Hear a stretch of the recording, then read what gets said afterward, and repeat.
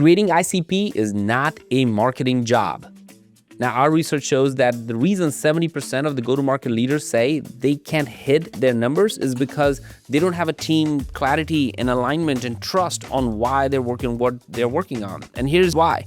When marketing creates ICP, sales create deals, and products are creating more features independently, they're out of sync. This is what happens in every organization, which is why they're trying to constantly hire new people and drive new data points and see what's working, what's not. But what they need is alignment. What they need is clarity. What they need is trust. So here's the big idea. Transformation in business only happens in teams and not in individual departments.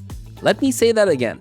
If you're trying to transform your business, you cannot say to the marketing team, give me more leads, and say, go do whatever it takes, and then sales, give me deals, and do whatever it happens to go into that particular deal cycle or sales or customer success to keep the customers alive. You can't do that anymore because business transformation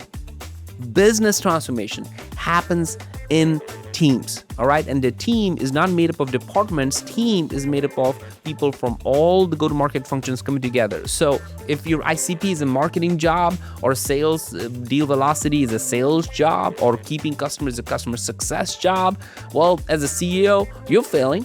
Because a CEO has to own go-to-market. That's the number one research we got in our book when we wrote and became a Wall Street Journal bestseller is that the big aha, the big idea was that the CEO is the owner of go-to-market, and it is his or her job to bring that team together. So if you are worried about it and you're wondering like, well, why is my team not moving fast enough? Well, that's the problem. And I know 30,000 of you are on this right now, 30,000. So I know this is not a conversation in vacuum. All the conversations are happening. So let's say, Dimitri, I'm just reading comments and I'm just going to try to respond because I can't get everybody on the video to do this. So Dimitri, you're talking about that the misalignment is like cooking with different recipes of different dish. Every department is trying to do something else, from carbonara to sales to product. And man, God, that's the worst dish ever. You are right, Dimitri. The problem is everybody thinks they can solve the problem. And the reality is, if marketing can solve the problem, then why would you need sales? If sales can solve marketing problem, then why would we need marketing or sales? So the problem is everybody thinks they know how to solve the problem, but the solution always lies when all the people, interested parties, are together and trying to solve a problem as a team. And otherwise, you get a bad cooking dish. So Dimitri, thank you for that visual as well.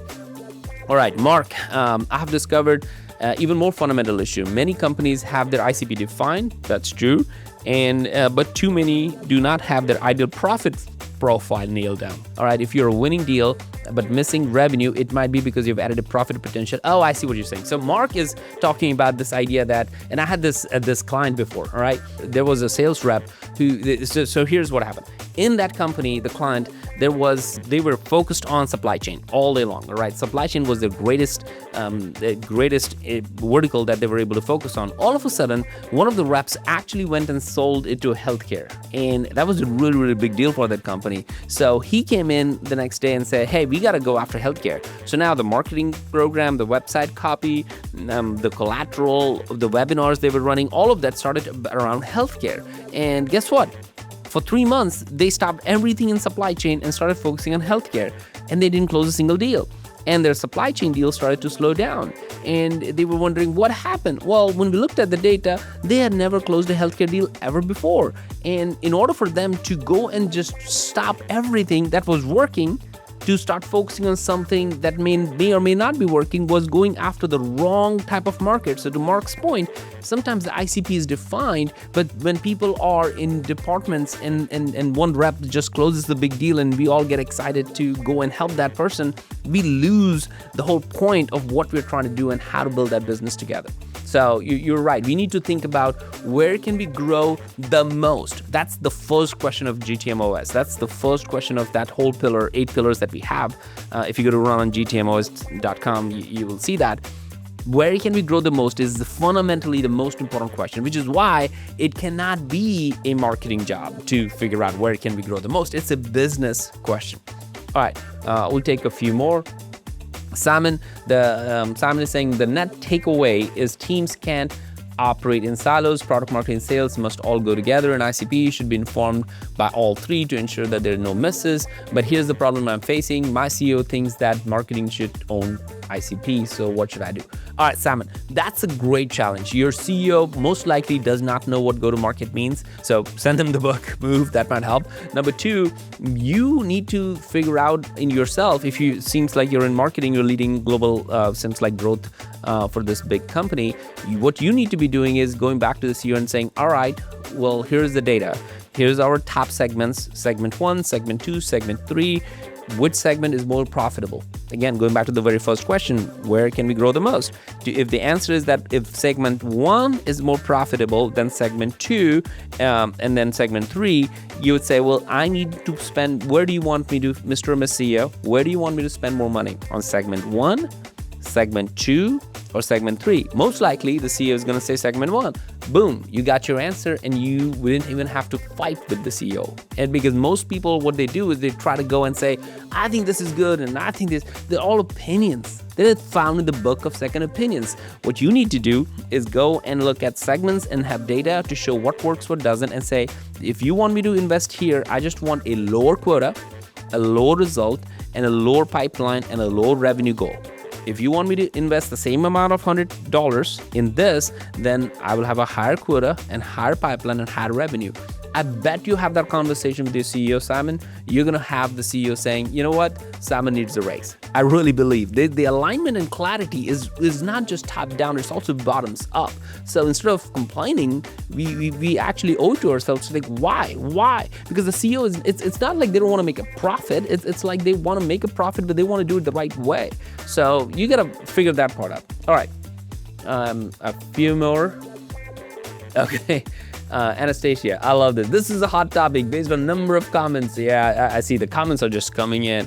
My take is that the marketing should drive ICP conversations and conversations with input from sales, product, CS, and GTM function. Ops needs to own data. Yep, that's true, and helps marketing operationalize it. Ultimately, marketing is accountable for ICP. Okay.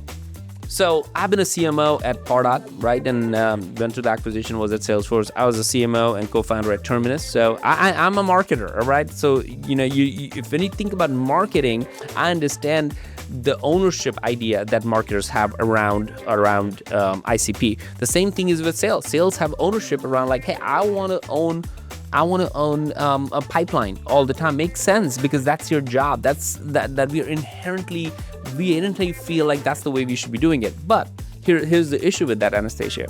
If you focus on that as opposed to the business, you will lose forest from the trees. Here's what I mean. Most people, and write this down because this is super important. Most people are good at marketing the business, but they're horrible at the business of marketing. Let me say that again. Most people are really, really good at marketing the business, meaning that you might be good at creating graphics, content, videos, editing, campaign, launch, strategy, product, positioning, pricing, all of those things, all right? But you don't understand the business of marketing. The business of marketing is this. Business of marketing is to drive the business forward, to make more revenue. That is the business of marketing. So today, maybe events work for you, and you have maybe 10 years of great experiences running events. But if events does not work for your business, that marketing tactic is not the right tactic to work on. The same way, owning ICP forces you to become a marketer. What I'm trying to get everybody to think about is like you need to level up to become a business leader trying to solve go-to-market problems, business problems. When you become a business leader, which is why you're an executive function, then you solve business problems. Then you have the respect of the CEO and all the team. A lot of people say, well, the CEO doesn't respect marketing. The CEO doesn't do this, that, and the other. But the challenge is the CEO doesn't know anything more than what you tell them. So if they don't respect you or don't know, that means you haven't done your job of helping them figure that part out. So understand the business of marketing. If you can, it will drive your business forward. All right, that got me on a soapbox. Let's see. Okay, all right. This is great. All right, Ricardo. Ricardo is talking about like, hey, is this for founder-led or is this for sales-led? Is this, I see where you're going. Is it for startup companies or big companies? All right, the idea, so I've worked at, again, Salesforce. I've seen big company, a $10 billion company. I've seen folks focusing on small startup companies as well. So when you think about a big company, a small company, across the board, you really have to understand that the problems are the same. The magnitude of those problems are greater. So let me give you an example. I was always wondering about, like, well, how does a $10 billion company make decisions? How do they figure out their ICP? Because I was running marketing at a $10 million company. Like, what do I know? And it's the same question somebody maybe at $1 million might be asking. Well, how does a $10 million company CMO run certain things, or CEO run certain things? I'm just at $1 million. So what I'll tell you, having been part of $1 million business, $10 million business, $100 million business, and $10 billion business, like across the board, and having different job roles, functions in it, I'll say the process is exactly the same.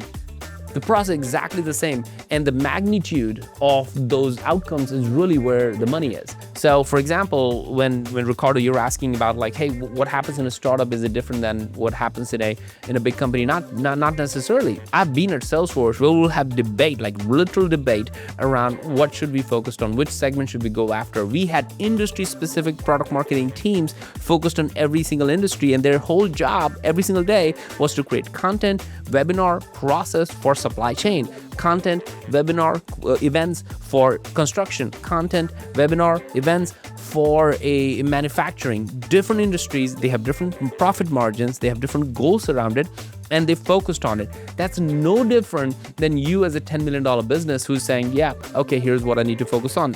Fintech, I need to go all in to build. So you do not have the luxury of having 10 teams, but you could have one team, just like a Salesforce does for that particular industry. And until you get a clear product market fit, which means you own 85% of that market share, it's crazy to go in anywhere else. Stop going after everything else. ICP, where can you grow the most? The first question of the GTM OS pillar operating system is the most important thing that you could focus on to drive your business forward. So I just love that this topic is so hot for so many different people. All right. Shika, she's talking about, like, this explains why some companies with great individual talent still struggle with growth. When ICP definition is siloed in marketing, you get misaligned between what promised and what's sold and what's delivered. Real transformation needs to be unified. Hey, Shika, you're preaching to the choir. You're absolutely right. This literally is the explanation of why companies with great talent. Have you ever been in a place, or where, I'm sure it has happened to many of you, but have you ever felt like, man, I'm doing all the right things, but it's still not clicking, and I get fired? As a matter of fact, this was Friday afternoon. I got a text from a CMO friend of mine. I won't name this person, but he texted me and said, hey man, do you have a minute? And normally I'm good with text and responses, and I could tell in the way he asked me, he never does, something happened. So I had 15 minutes before my next call, so I just called him up. I'm like, hey, I'm just gonna call him John. Hey John, what's up?